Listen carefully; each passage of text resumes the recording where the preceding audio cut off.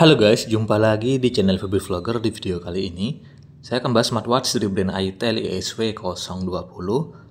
Baru beli beberapa hari yang lalu, harganya itu bikin ngiler. Dijual dengan harga yang sangat murah dan juga terjangkau. Cocok buat teman-teman yang mungkin baru pertama kali cobain smartwatch atau mungkin pengen beli smartwatch. Ini bisa jadi rekomendasi buat kalian. Harga normalnya di 180 ribuan. Saya dapat harga smartwatch ini di harga 140 ribuan saja, teman-teman. Sudah memiliki garansi sampai 12 bulan. Sudah sangat lama ya untuk garansinya. Saya akan bahas mengenai keunikan dari desain dan layar yang terdapat di smartwatch ini. Yang pertama mungkin kita bahas dulu dari bagian strapnya. Untuk strap di smartwatch ini modelnya itu bagus ya. Dia walaupun harganya cukup terjangkau, tapi model strapnya dia nggak kelihatan kaku. Terus beda juga dengan model-model smartwatch yang lain di harga yang hampir sama. Strapnya memiliki ukuran sendiri dan juga motif tersendiri. Beda dengan smartwatch lainnya yang mungkin kalau harga segini tuh kebanyakan untuk tampilan dari model strapnya masih polosan. Dan itu jujur sangat membosankan ya. Tapi di smartwatch ini sudah memiliki motif sendiri. Sudah quick release, bisa dilepas pasang. Untuk lepas dan juga pasang strapnya cukup mudah. Jadi ya kalau bosan dengan strap orinya, teman-teman bisa ganti model strapnya dengan menggunakan strap model lainnya. Memiliki ukuran strap di 22 mm. Saat digunakan di pergelangan tangan saya sih ini nggak kerasa gatal dan juga nggak bikin pergelangan tangan saya tuh iritasi. Jadi ya kerasa nyaman aja saat digunakan di pergelangan tangan saya.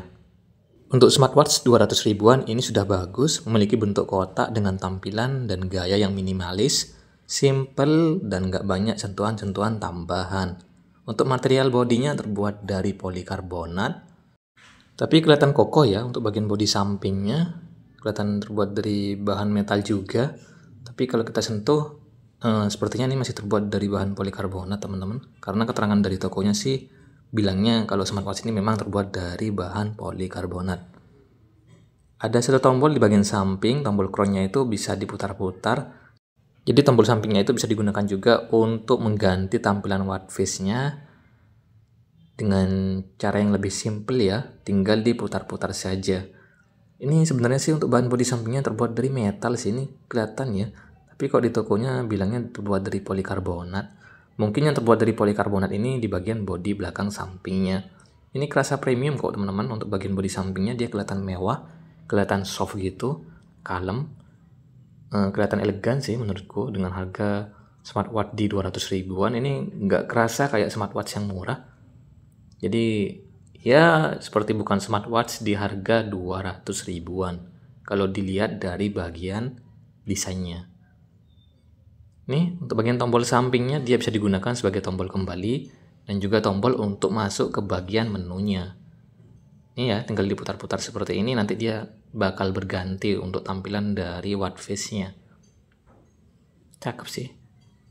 Untuk bagian bodi belakangnya ya seperti ini tampilannya, masih terbuat dari bahan polikarbonat ini.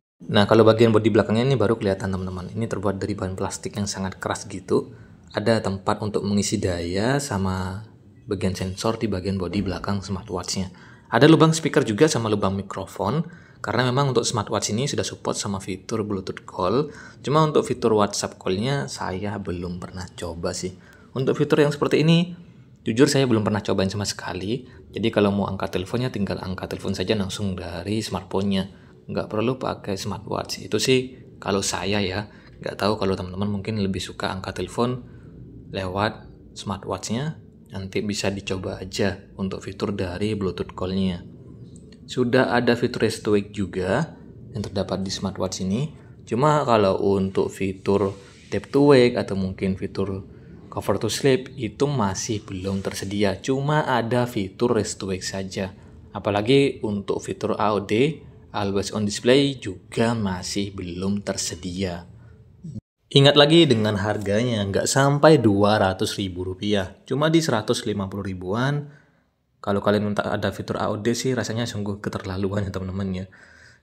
Nggak bersyukur juga karena memang untuk harga smartwatch ini sudah sesuai dengan fitur-fiturnya, bahkan melebihi ekspektasi saya. Jadi jangan terlalu berharap lebih juga kalau sampai mau minta ada fitur AOD-nya.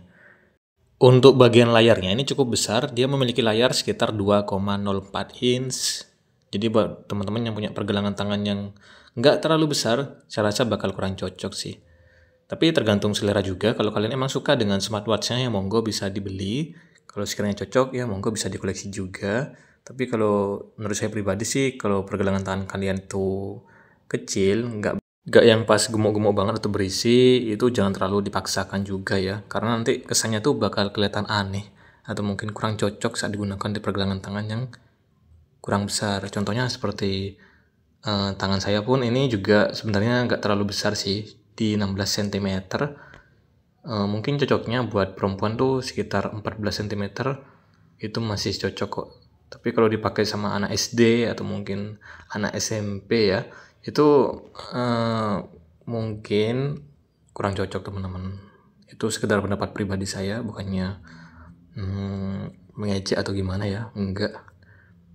Layarnya masih menggunakan layar IPS, sudah HD display, jadi tampilannya itu sudah tajam, jelas, dan warna yang dihasilkan pun sudah cukup bagus ya, nggak ngeblur ataupun kurang jelas gitu. Ini bagus-bagus saja untuk bagian dari tampilan layarnya, juga warna yang dihasilkan pun bagus. Untuk bagian bezelnya ini nggak terlalu tebal ya, cukup tipis, jadi kesannya tuh kelihatan lebih mewah, lebih elegan juga. Untuk bagian touchscreen-nya nggak ada masalah, lancar-lancar aja. Selama saya menggunakan smartwatch ini sih, untuk experience UI-nya cakep, dia lancar, cepat, nggak ada yang namanya ngebug ataupun nge-lag di bagian sistem UI-nya.